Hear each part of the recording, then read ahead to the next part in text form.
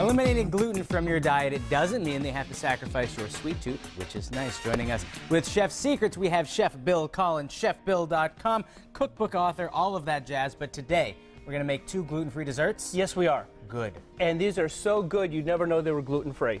And that's part of the charm of it, because just because you might be eliminating gluten from your diet doesn't mean you have to sacrifice or suffer. Well, one of the big things that people add to the cakes is the flour, and that's, I think, where a lot of the gluten comes in when you're baking. That's exactly where it comes in. So how does one substitute it? Well, in this case, there are 2 things going on. One of the things we have here are cookies. And I've mixed up all the initial ingredients in here, just to show you how well this comes together. But the key ingredient to both of these, and all baking, there are a few things that can help make a cake or something baked rise. And one of those is eggs. Okay. And so eggs are the key ingredient for both of these. So the cookies that I'm making, they don't rise a lot, but there's confectioner sugar, cocoa powder, and nuts, and that's entirely what's in the dried mixture here. And then egg whites, not even egg yolks, egg whites, and a little vanilla for the moist part. So these are almost calorie-free. Except for the sugar part, you could say that. Yeah.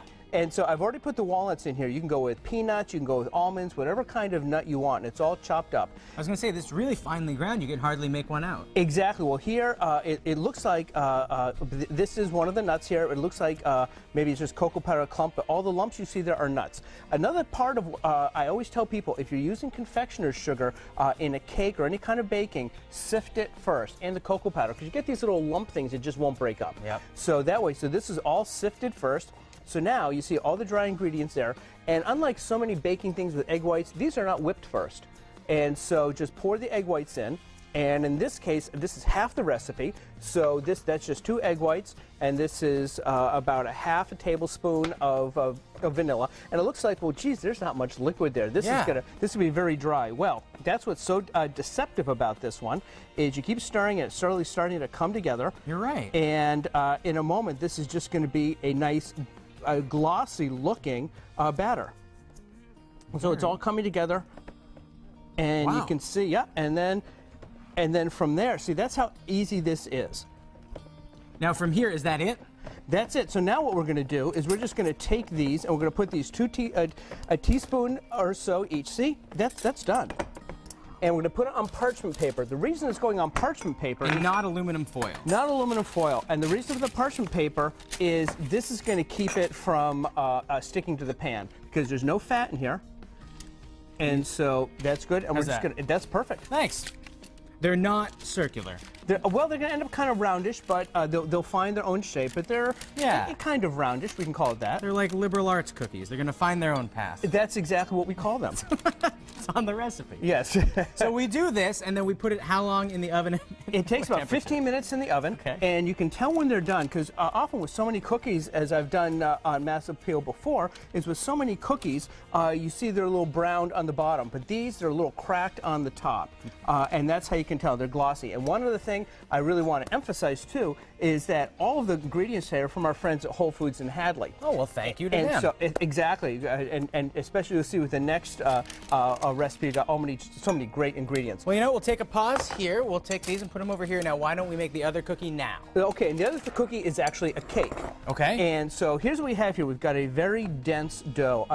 This actually, I'm going to just toss this right behind me like that. While you're doing that, I'll editorialize for a moment. I love these cookies just as I love the liberal arts. I'm a liberal arts student, so I didn't want to offend anybody just in case I did, you know? Yeah, I think that's a very important to say. I have an English degree. I love it. I have one in geography, and here we are. There we are. There we are.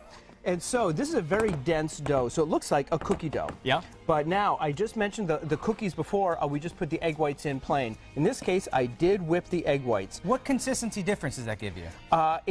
This is gonna help it rise as well, because all I've added to the egg whites are air. So that loftiness is going to lighten up the batter and help it rise as well. It's air that you're putting in there. So we combine these two? Yes, but now here's the thing. The first thing, because this is so dense, I'm just going to take a couple spoonfuls here, and I'm just going to mix it all up in there. Now, in theory, this is defeating the purpose of because you're whipping smushing them. it in. And not only am I smushing it in, but I'm taking all the air out that I just worked so hard to put in there. I feel like you're wasting our time right now, then. I am. However, this lightens up the batter. See how before it... You're right. And so this way... You want another lump? Why don't we give it a couple more lumps? Okay. Lump one. And this is what we call folding in. It's a very awkward maneuver where you kind of think of this like a clock, where you come down from, bring the spatula down from 12 to 6 o'clock and fold it over.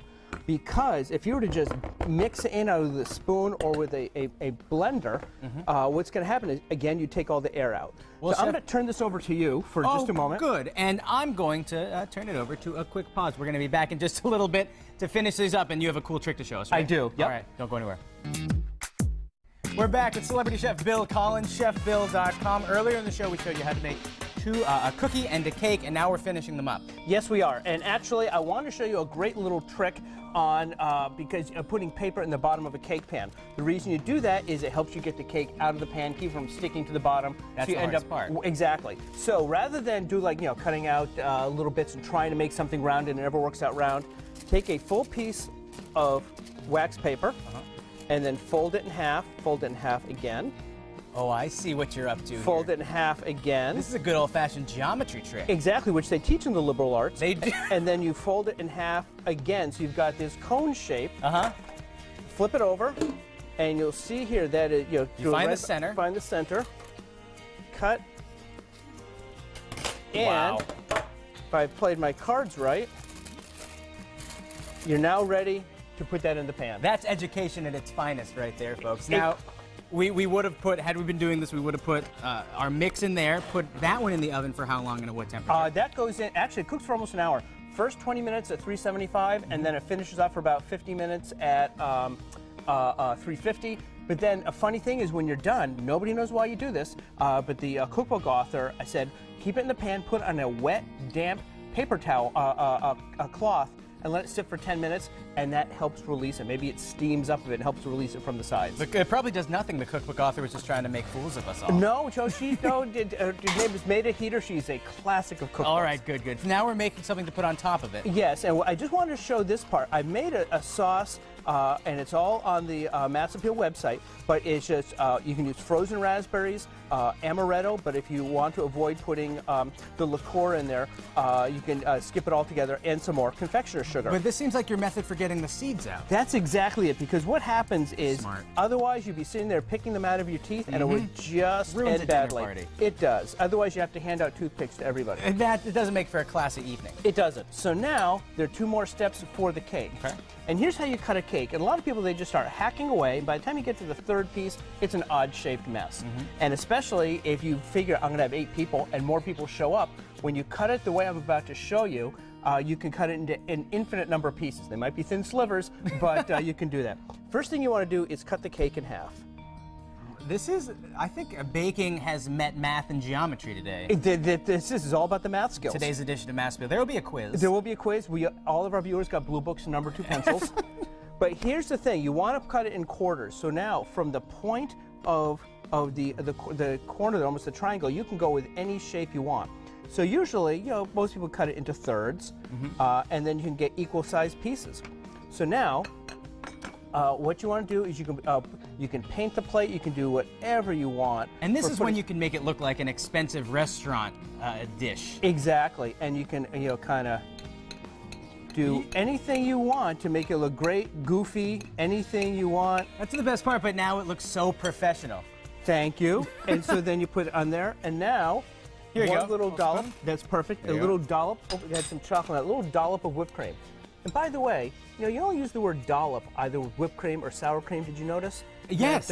I think it's one of the most, is it onomatopoetic, the word that sounds like what it is? Yes. Dollop is the ultimate one. Exactly. So here we've got we have this one. We've got that one. And so there is the cake, and it's ready to go. And we have these. Both the recipes are on our website. Yep, and you see how shiny these are, and when these came out of the oven, cracked a little bit. They're soft on the inside, a little crunchy on the outside, and you've got this great dessert.